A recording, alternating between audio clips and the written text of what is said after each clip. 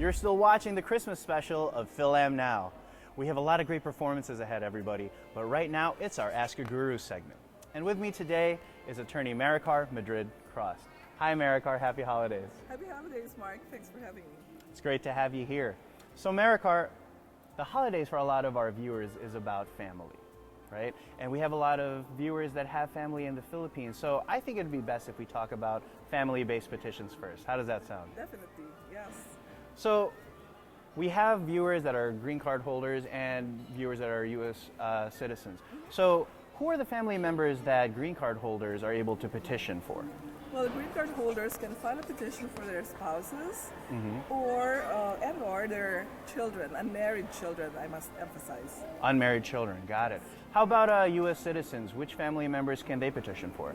U.S. citizens have more latitude. They can file a petition for their spouse, children, and married children, and unmarried children, and parents. Does the application process for family petitions differ, or how long does it usually take? Well, there are two tracks. Okay. There's what we call immediate relative petitions, and those that fall under the preference petitions. Immediate relatives are those who are married to U.S. citizens, children below 21 of U.S. citizen parents, and parents of U.S. citizen children who are at least 21 or over. So the track is pretty quick for that for that group. Why is it usually quicker for that group? Well, as immediate relatives, the petition is pretty much seamless. From the immigrant petition, then consular processing can take place immediately after the immigrant petition is approved. So if the person's outside the United States, then they can do consular processing immediately thereafter. Now, if the person is in the United States, the process is even faster because the immigrant petition and the green card application can be filed at the same time, and the process can be completed within 6 months. Within 6 months? Yes. How about for the second track? Does that take longer than the 6 months? Oh, definitely. The second track, that's what they call preference petitions. There's preference 1, family-based preference 1, 2, 3, and 4. So it takes years for those types of petitions. So the immigrant petition is filed first, and then after that they wait years before they could then proceed for their consular process or application for adjustment of status. And this is based on a priority date system. Could you explain the priority date system and what that entails? Okay.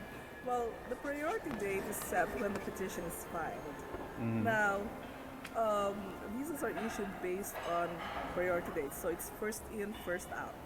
So then, the way immigration controls the visas or people coming into the country, they go by that priority date system. So definitely, the quickest among the preferences is preference 2A, that's the spouse of a permanent resident or the unmarried child of below 21 of permanent resident. Is there a website that our viewers can go on to see what preference they might fall under? Definitely.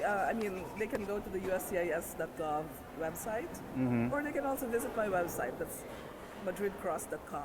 But in the process, are there things that people should be aware of that can affect the application and the family petition process? You know, because we can't get too excited because sometimes we have to make sure that we're following the rules. Well, the most important thing is really to get right advice from the right professionals. We tend to ask our friends or people whom we are comfortable with for advice, but they're not accountable for that advice. And sometimes applications could be delayed, or even just doing it yourself. It's like self-medicating. So don't self-medicate when it comes to family petitions is what you're saying. Yeah. I see. Thanks, Maricar. So thanks, everybody. Stay tuned for a lot more performances on this Christmas special of Phil-Am Now.